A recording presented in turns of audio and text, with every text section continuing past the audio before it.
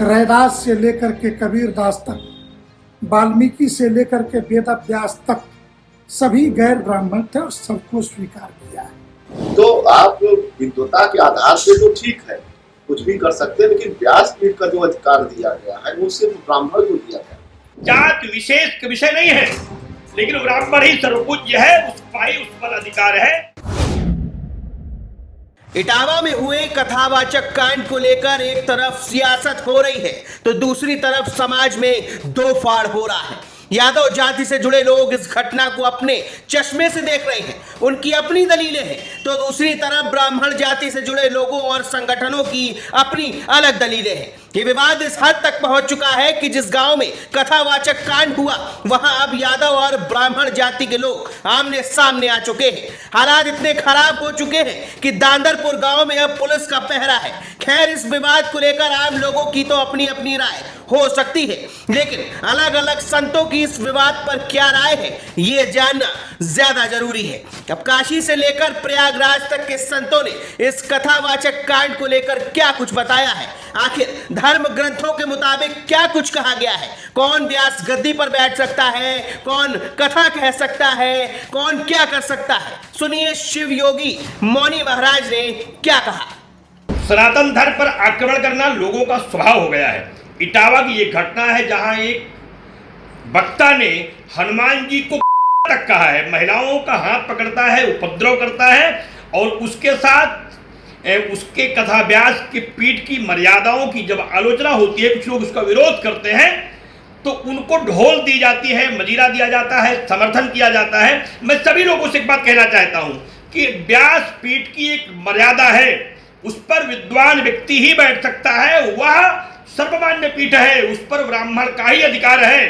जात विशेष का विषय नहीं है, लेकिन ब्राह्मण ही सर्वपूज्य है, उस पर अधिकार है। हर जाति के व्यक्ति को व्यासपीठ पर बैठ करके अपनी बात कहने का अधिकार नहीं हो सकता है। अब स्वतंत्र मन से आप व्यासपीठ पर बैठ जाइए, कुछ भी बोलिए, लेकिन बोलने की सीमा होती है।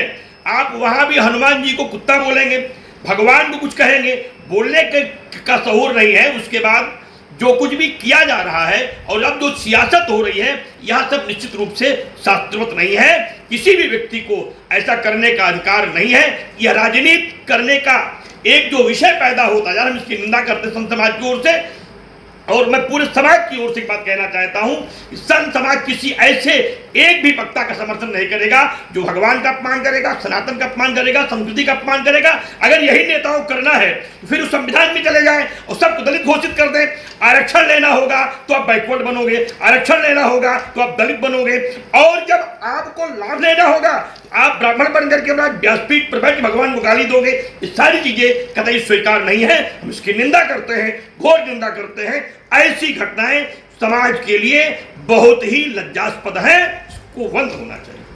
तो शिवयोगी मौनी महाराज ने साफ साफ लफ्जों में कह दिया कि व्यास गद्दी पर बैठने का अधिकार सिर्फ और सिर्फ ब्राह्मणों को है, ब्राह्मण के अलावा कोई भी इस गद्दी पर नहीं बैठ सकता। अब आप सुनिए शांडिल्य महाराज की कथावाचक कांड को लेकर क्या राय है। देखिए, जिस तरीके से अब मुक्तेश्वरानंद जी ने कहा ब्राह्मण ही व्यासपीठ का अधिकारी है, वो सही कह रहे हैं, क्योंकि जो हमारा शास्त्र वेद पुराण कहेगा उसी की बात हम मानेंगे। तो हमारे जो वेद हैं, शास्त्र हैं, पुराण हैं, उनमें ये है कि व्यासपीठ पे ब्राह्मण ही बैठ सकता है।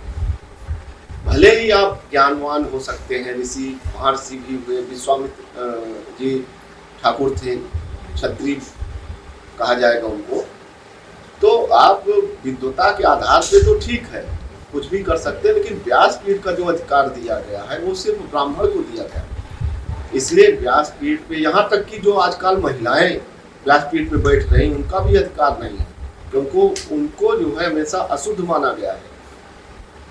तो इसलिए व्यासपीठ पर वही योग्य व्यक्ति ही बैठ सकता है, सबको बैठने का अधिकार नहीं है।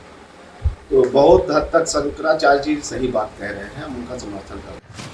शांडिल्य महाराज ने अपना विचार तो कम रखा, ज्यादातर वो शंकराचार्य अभी मुक्तेश्वरानंद की बातों का ही समर्थन करते रहे, लेकिन उन्होंने भी साफ कर दिया कि विद्वता अपनी जगह है, लेकिन व्यास गद्दी पर बैठेगा तो ब्राह्मण ही।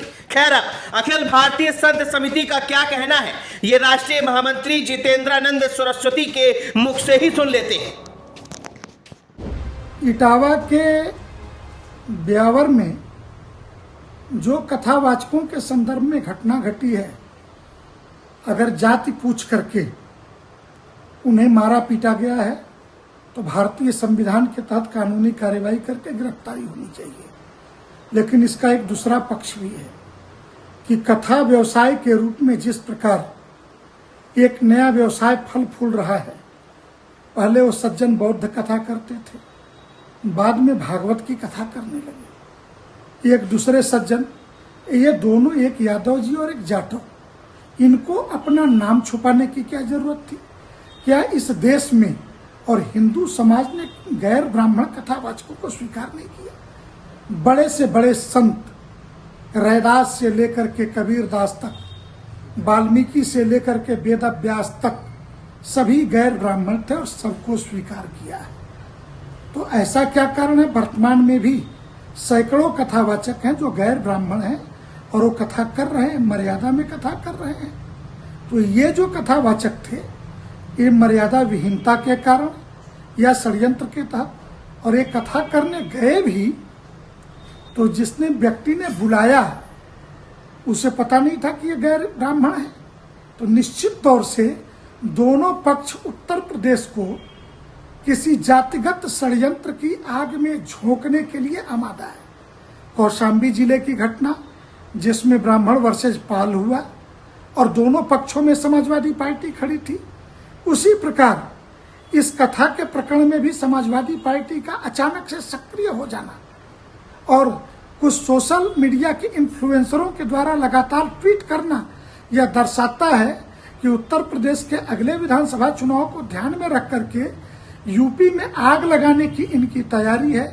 मैं श्रद्धेय मुख्यमंत्री योगी आदित्यनाथ जी से यह आग्रह करूंगा कि इस पूरे प्रकरण की गंभीरता से जांच करा करके किसी भी दोषी को, किसी भी आग लगाने वाले दंगाई को बख्शा न जाए, चाहे किसी भी पक्ष का हो, किसी भी जाति का हो।